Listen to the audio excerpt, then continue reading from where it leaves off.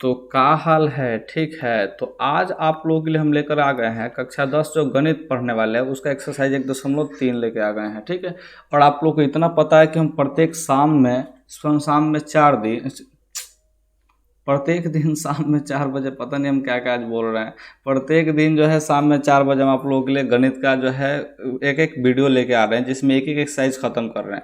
और जी हाँ, टारगेट हमने 95+ का रखा है, तो आप लोग का आने वाला है। बस इस चैनल को फॉलो करते जाइए, सब्सक्राइब कर लीजिएगा अगर नहीं किए होंगे तो। और इस टॉपिक से आपको बताते हैं कि ये 5 अंक का हमेशा प्रश्न पूछता है तो पूछता है। और हम एक बार बात करना चाहते हैं कि एक बार मुझसे भी पढ़ के देखें, आपका कंसेप्ट न बदल गया तो फिर कहिएगा। ठीक है। तो यहाँ पे ध्यान रखिए कि कंसेप्ट जो है बहुत ही धाकर हम लेकर के आने वाले हैं, इसलिए मेरे वीडियो को अच्छे से देखिएगा, डेली रेगुलरली बेस पे देखते चलिए। ठीक है। तो रूट नंबर 5 एक अपरिमेय संख्या साबित करना है 1.3 में, फिर इसको साबित करना अपरिमेय संख्या, फिर उसी तरह से 3 को दिया है, इसको भी साबित करना है अपरिमेय संख्या।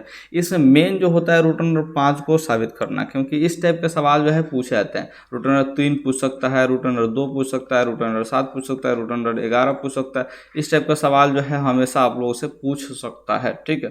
तो ये जो रूट नंबर 5 का सवाल है, ठीक है, उसी तरह से सब सारे के सारे सवाल बनेंगे। तो आइए सबसे पहले हम लोग पहला नंबर क्वेश्चन को देख लेते हैं। तो पहला नंबर क्वेश्चन क्या कह रहा है? पहला नंबर क्वेश्चन कह रहा है कि सिद्ध कीजिए कि रूट नंबर 5 एक अपरिमेय संख्या है। तो अब अपरिमेय संख्या साबित करना है आप लोगों को। तो सबसे पहले आप लोग परीक्षा वाले कॉपी जो आप लोग को मिलेगा उसमें क्या लिखिएगा? तो लिखिएगा सॉल्यूशन। ठीक है। अब चूंकि वहाँ पे क्वेश्चन नहीं लिखना होता तो क्वेश्चन के जगह पे एक नंबर लेकर के सोल्यूशन लिख सकते हैं, एक सॉल्यूशन। ठीक है। तो ध्यान रखिएगा। अब यहाँ पे समझिए सबसे पहले क्या लिखना है कि यदि संभव हो तो, यदि संभव, हम आज थोड़ा धीरे धीरे लिखेंगे क्योंकि जो है भाषा इसमें ज़्यादा है, अगर भाषा गड़बड़ाइएगा तो फिर दिक्कत हो जाएगा। यदि संभव हो तो माना कि रूट अंडर 5 एक परिमेय संख्या, अपरिमेय संख्या को छोड़ करके परिमेय संख्या हम मान रहे हैं। ठीक है। उसके उल्टा मान रहे हैं। ठीक है। तो हम यहाँ पे एक लाइन खींच देते हैं ताकि हम जो है इधर भी सॉल्व करेंगे अगले टाइम में। ठीक है। तो यहाँ पर लिख देते हैं जिसे a बटा b के रूप में लिख सकते हैं, b के रूप में लिख सकते हैं।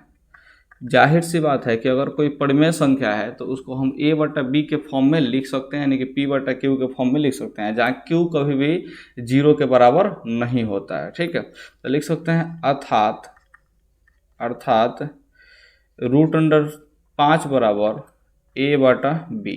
अब अगला भाषा यहीं लिखेंगे। देखिए, यदि ए और बी, भाषा इस पे ध्यान रखिएगा। अगर भाषा नहीं ध्यान दिए तो फिर सारा का सारा चीज़ गड़बड़ हो जाएगा और आप लोगों से समझ में भी नहीं आएगा और ना ही आप लोग परीक्षा में 5 में 5 अंक प्राप्त कर पाएंगे। इसलिए भाषा इसका इम्पोर्टेंट है, भाषा पर ज़्यादा ध्यान दीजिएगा। यदि ए और बी में एक के अतिरिक्त, यहाँ पे भाषा एकदम सेम टू सेम लिखिएगा। ठीक है। एक के अतिरिक्त यदि कोई अन्य गुणनखंड हो, कोई अन्य गुणनखंड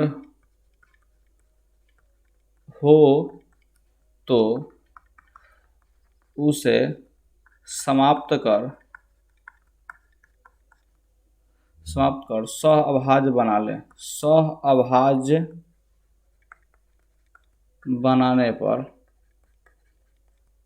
यह p बटा q के रूप में हो जाता है, p बटा q के रूप में हो सकता है, चाहे हो जाता है, जैसे भी लिख सकते हैं। ठीक है। अब हम ये बात को मतलब क्या होता है समझाते हैं। ठीक है। बात का मतलब यह होता है, जैसे मान चले कि आपका 10/12 है, तो अब इसमें क्या है जी, इसमें एक गुणनखंड आप लोग को उपस्थित है। देखिए 2 पचे 10 और 2 छके 12 होता है। अब ये को 2 जो है उभयनिष्ठ गुणनखंड है, तो इस 2 को समाप्त हमने कर लिया है। यानी कि अगर a बटा b था और इसमें ऐसा कोई संख्या जो दोनों में उपस्थित है, ऊपर भी उपस्थित है नीचे भी उपस्थित है, उसको समाप्त कर लेंगे, यानी कटा लेने पर ये फॉर्म जो है क्या बदल जाता है? p बटा q के फॉर्म में बदल जाता है। ठीक है। तो देखिए 10 से 5 हो गया। अब इसको क्या लिखिएगा आप लोग? 5/6 भी तो लिखिएगा। ये 12 से कितना हो गया? 6 हो गया। तो आप लोग इस तरह से कटा लिए हैं, इसी बात को कहा जा रहा है। ठीक है। तो कटा करके हम लिखे हैं तो किस में बदल गया जी? a बटा b को कटाए हैं तो p बटा q के रूप फॉर्म में ये बदल गया है। अब आगे यहाँ पे बात को समझिएगा, ठीक है। तो अब लिख सकते हैं अतः जो रूट अंडर 5 है वो अब किस में बदल गया जी, p बटा q के फॉर्म में बदल गया। इसमें भाषा बहुत इंपॉर्टेंट है, एक बार फिर से बता देते हैं कि भाषा इंपॉर्टेंट है, इसको लिखिएगा जैसे मन करे वैसे लिखिएगा, लेकिन जो हम भाषा लिखे हैं उसी को ध्यान रखिएगा, ठीक है, ये ध्यान रखिए। अब दोनों तरफ वर्ग कीजिएगा, क्या कीजिएगा जी, दोनों तरफ वर्ग करने पर, वर्ग यानी क्या चीज़, स्क्वायर करेंगे, स्क्वायरिंग बोथ साइड, ठीक है। तो वर्ग करने पर लिखिएगा, तो वर्ग कीजिएगा तो रूट अंडर 5 का जब वर्ग करेंगे तो क्या हो जाएगा जी, 5 हो जाएगा। और यहाँ पे देखिए पी स्क्वायर हो जाएगा और बटा में क्यू स्क्वायर हो जाएगा, वर्ग करने पर तो यही होगा, ठीक है। अब थोड़ा सा बात को समझिए, हम यहाँ पे क्या कह सकते हैं जी, तो क्यू स्क्वायर बराबर, देखिए एक क्यू स्क्वायर यहाँ पे जाएगा तो 5 नीचे आएगा, तो पी स्क्वायर अब बटा में 5 नीचे। चलिए ये 5 को हम अभी इधर नहीं लाते हैं, हम क्या करते हैं कि 5 को अभी उधर ही रखते हैं, ठीक है। ये जो क्यू स्क्वायर है बटा के नीचे, तो इधर क्या हो जाएगा जी, 5 के गुना में चला आएगा, तो 5 क्यू स्क्वायर बराबर क्या हो जाएगा जी, पी स्क्वायर हो जाएगा। अब यहाँ से आप लोग देख सकते हैं, अगर यहाँ हम बात करते हैं किसका जी, 5 का, तो ये 5 आगे किसके पास जाएगा, पी स्क्वायर के नीचे ही तो जाएगा। तो क्या होगा यहाँ पे, यहाँ पी स्क्वायर को 5 सम विभाजित करने का मतलब थोड़ा सा अलग हो जाएगा, यहाँ पे विभाजित करता है लिखिएगा, क्या कीजिएगा जी, विभाजित करता है, पी स्क्वायर को 5 विभाजित करता है, ये वाला बात आप लोग लिखिएगा। अब बात को समझिए, अतः ये पी को भी 5 विभाजित करेगा, अगर पी स्क्वायर को विभाजित करता है तो पी को भी क्या करेगा जी, 5 विभाजित करेगा। इस बात को आप लोग लिख लीजिएगा, मुझे उम्मीद है आप लोग मेरे बात को समझे होंगे, ठीक है। अब यहाँ पे चलते हैं, अब देखिए जो पी स्क्वायर है यानी कि पी जो है इसमें 5 से भाग लग जा रहा है, ठीक है। तो 5 से भाग लग जा रहा है तो जाहिर सी बात है कि शेषफल 0 आएगा, भाग लग रहा है तो यहाँ पे मान चलते हैं कि शेषफल 0 कब आता है, जब क्यूशिएंट कोई m आ जाता है, यानी कि भागफल अगर कोई m आता है तो यहाँ पे शेषफल 0 आ जाता है, यानी कि 5 से पूरा कटता है m बार में, ठीक है। फॉर एग्जाम्पल आप तो समझिए, जैसे ई पी कोई एक ऐसा संख्या है जो कि 5 से कटता है, जैसे 10 ही है, ठीक है। तो इसको 5 से भाग लगाएंगे तो क्या होगा, ये 2 बार में कटेगा ना जी, तो उसी तरह से ई क्या हो गया जी, 2 हो गया। तो आप लोग याद कीजिए कि एक्सरसाइज 1.1 में हमने क्या बताया था कि अगर 10 को मंगाना है तो इसको गुना करते हैं, इसको जोड़ते हैं, ठीक है। तो 0 जोड़ने से तो कोई फर्क पड़ेगा नहीं, यानी कि एग्जैक्टली जब 0 हो जाता है रिमाइंडर, यानी कि शेषफल जब 0 हो जाता है, तो वैसे कंडीशन में इस बीच वाले को मंगाने के लिए हम क्या करते हैं, इसको और इसको गुना कर लेते हैं। तो यानी कि अगर हमको पी को मंगाना है, पी को मंगाना है तो क्या करेंगे, 5 और m को गुना कर लेंगे, क्योंकि है 0 जोड़ने से, ये वाला जो 0 आया है इसको जोड़ने से इसमें कोई फर्क पड़ने वाला नहीं है। तो हम लोग p बराबर क्या मानने वाले हैं जी, 5m मानने वाले। कहाँ से आया, तो यहाँ से आया, p को 5 जब विभाजित कर रहा है तब यहाँ पे ऐसा हो रहा है, ठीक है। तो हम यहाँ पे अब कांड करेंगे, क्या कांड करेंगे जी, तो इसको मान लेंगे, माना कि p बराबर 5m। उसी तरह से आपका जो भी संख्या होगा, अगर यहाँ पे मान चलिए 3 आ जा रहा है आपका, रूट अंडर 3 को साबित करना, तो same to same root under 3 यहाँ पे चलाते चलिएगा, ठीक है। जहाँ जहाँ 5 है वहाँ पे 3 लिखना है, बस दूसरा कुछ नहीं करना, भाषा वहीं चिपकाना है, भाषा में कोई चेंजिंग नहीं होगा। अब यहाँ पे मान लेते हैं कि माना कि p बराबर कितना हो जाएगा जी, तो 5m, ठीक है। ये 5m माना है, जहाँ m क्या है जी, एक पूर्णांक है, m क्या है, m एक पूर्णांक है, इस बात को ध्यान रखिएगा, पूर्णांक है लिख देते हैं। अगर पूर्णांक ना दिख रहा हो तो मेरा आवाज़ सुन लीजिए, पूर्णांक यहाँ पे लिखे हैं, ठीक है। तो लिखेंगे अतः, अब समीकरण 1 से चलिए, तो समीकरण 1 इसको मान लीजिएगा, ठीक है, और इसी में मान हम लोग को रखना है, हमेशा उसको मानिएगा समीकरण 1, ठीक है। अतः समीकरण 1 से, चाहे अब समीकरण 1 से कर सकते हैं, अब समीकरण 1 से दोनों बिंदु हटा लीजिएगा। तो समीकरण 1 में क्या कह रहा है जी, 5q स्क्वायर बराबर में p स्क्वायर कह रहा है। तो अब p का मान हम लोग रखेंगे क्या चीज़ जी, अब देखिए बाबू, आप लोग को थोड़ा लग रहा हो कि सर जी जो है आप बहुत लंबा प्रोसेस लेके जा रहे हैं, लेकिन ध्यान रखिएगा 5 नंबर पूछेगा तो लंबा प्रोसेस ही आपको बनाना पड़ेगा और सही बनाना पड़ेगा। अगर इतना भाषा नहीं लिखेगा तो वहीं होगा, आप बना के आइएगा 100 में 100 और मिलेगा 40 नंबर 50 नंबर। तो फिर बाद में मत कहिएगा कि सर जी हम तो शॉर्टकट बनाए थे, खूब बढ़िया बनाए थे, नंबर नहीं आया। तो ध्यान रखिएगा, शॉर्टकट बनाने की कोई जरूरत नहीं है, ये प्योर NCERT का ही भाषा बना रहे हैं, ठीक है। जो NCERT में जिस पैटर्न को कहता है फॉलो करने के लिए, उसी पैटर्न पर आधारित प्रश्न को बना रहे हैं, तो इसलिए इस बात का ज़रूर ध्यान रखिएगा कि हम बिल्कुल ही सही बता रहे हैं और इसी को आपको फॉलो करना है। बाकी कोई भी बता रहा है, कैसे बता रहा है, उससे आपको मतलब नहीं होना चाहिए। हम जो बता रहे हैं उसको ध्यान से समझिए, ठीक है, बस इसको ध्यान से समझते जाइए। तो 5Q² यहाँ पे P का मान क्या हो जाएगा जी, तो 5M हो जाएगा और इसका स्क्वायर कर लेना है, ठीक है। अब स्क्वायर कर लीजिएगा तो क्या होगा जी, 5Q² बराबर है, देखिए 5 का स्क्वायर हो जाएगा 25 और M का स्क्वायर क्या हो जाएगा जी, M² हो जाएगा। अभी 5 से जो है 25 5 बार में कटेगा, तो इसलिए क्या कह सकते हैं, Q² बराबर 5M² कह सकते हैं। अब देखिए अगर 5 को हम लोग इधर लेके आते हैं तो ये कहाँ आ जाएगा, Q के बटा के नीचे ही तो आएगा। अगर Q के बटा के नीचे आएगा तो यहाँ पे आप लोग क्या दिख रहा है कि जो 5 है वो Q² को विभाजित करता है, तो लिखेंगे यहाँ Q² को 5 विभाजित करता है। क्या करता है जी, Q² को 5 विभाजित करता है। जब Q² को विभाजित करेगा तो जाहिर सी बात है Q को भी करेगा, तो लिखेंगे अतः Q को भी 5 विभाजित करेगा, 5 विभाजित करेगा। इस बात को आप लोग लिख लीजिएगा, ठीक है। अब क्या कीजिएगा, तो यहाँ पे समझिए, अब यहाँ पे आप लोग समझ सकते हैं, अतः P और Q में एक के अतिरिक्त एक अन्य गुणनखंड, क्या लिखेगा जी, एक अन्य गुणनखंड क्या है जी, 5 है। अतः हमारा मानना सही नहीं है, हमारा मानना सही नहीं है। अब इस बात को समझाते हैं कैसे, सही नहीं है। अतः क्या लिखेगा जी, √5 एक अपरिमेय संख्या है, √5 एक अपरिमेय संख्या है। अब ऐसा कैसे हो गया, थोड़ा सा समझिए बात को, अपरिमेय संख्या है, ठीक है। अब देखिए हमने यहाँ पे क्या किया था जी कि A और B में कोई अतिरिक्त गुणनखंड था तो उसको कटा लिए थे और P/Q के फॉर्म में लिखे थे, कटा लिए थे उसमें।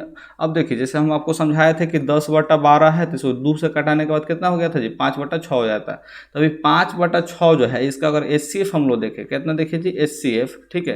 तो HCF कितना आएगा जी, 1 आएगा, जिसको हम लोग सहभाज्य संख्या कहते हैं, यानी कि 5 और 6 क्या था जी, सहभाज्य संख्या था।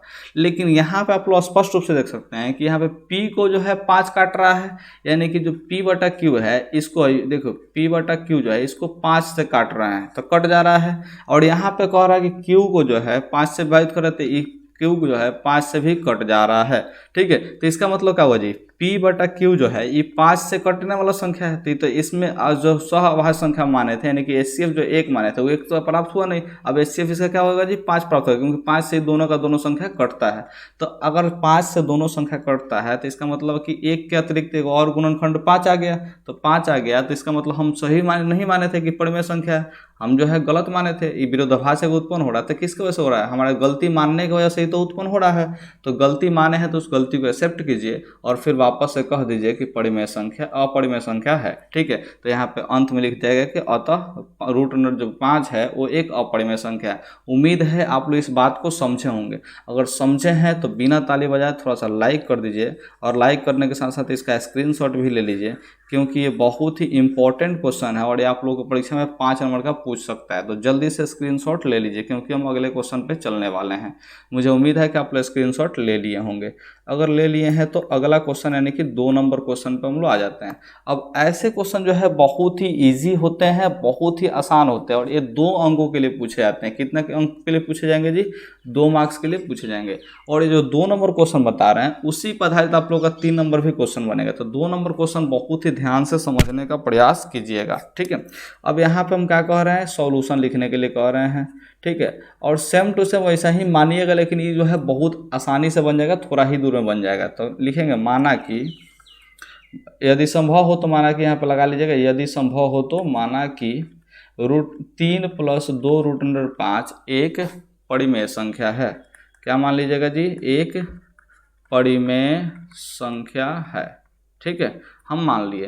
तो अतः यहाँ पे क्या हो जाएगा जी, 3 + 2 √5 बराबर हम P/Q के फॉर्म में लिख सकते हैं, जहाँ P और Q क्या है जी, एक पूर्णांक है, चाहे सहभाज्य संख्या लिख लीजिए डायरेक्ट। P और Q एक सहभाज्य संख्या, यानी कि इसका HCF जो है कितना आ गया जी, 1 है, ठीक है, सहभाज्य संख्या है, ठीक है, इसको आप लोग लिख लीजिएगा। तो यहाँ पे अब आप लोग का एक ही काम करना है, आप लोग का ज़िंदगी का एक ही मकसद होना चाहिए कि जितना भी यहाँ पे अंक वाला संख्या है ये सब पी बटा क्यू के साथ लेके चल जाइए, और जितना भी रूट वाला संख्या है उसको बराबर के एक तरफ रखिए, यानी खाली जो रूट वाला संख्या होता है उसको एक तरफ रखना होता है, क्योंकि रूट वाला तो आप लोग साबित कर चुके हैं कि अपरिमेय संख्या होता है, तो रूट वाले को हम लोग एक तरफ रखेंगे, बाकी जो संख्या है उसको हम लोग एक तरफ रखेंगे। बात को समझिए ध्यान से। तो यहाँ पे 3 जो है इस प्लस में है तो उसको उधर लेके जाइए, तो क्या बचेगा इधर 2√5 बराबर पी बटा क्यू, इधर 3 जो है इधर आएगा तो माइनस में 3 हो जाएगा। अब देखिए, अब यहाँ से आप लोग क्या कर सकते हैं जी कि 2√5 है, जिसका बटा का जो घटा बनेगा, तो बटा घटा बने तो क्यू में 3 से गुना हो तो क्या हो जाएगा जी पी माइनस 3 क्यू, और बटा में क्यू हो जाएगा। अभी 2 जो है नीचे आ जाएगा, यहाँ पे क्या आ जाएगा जी नीचे।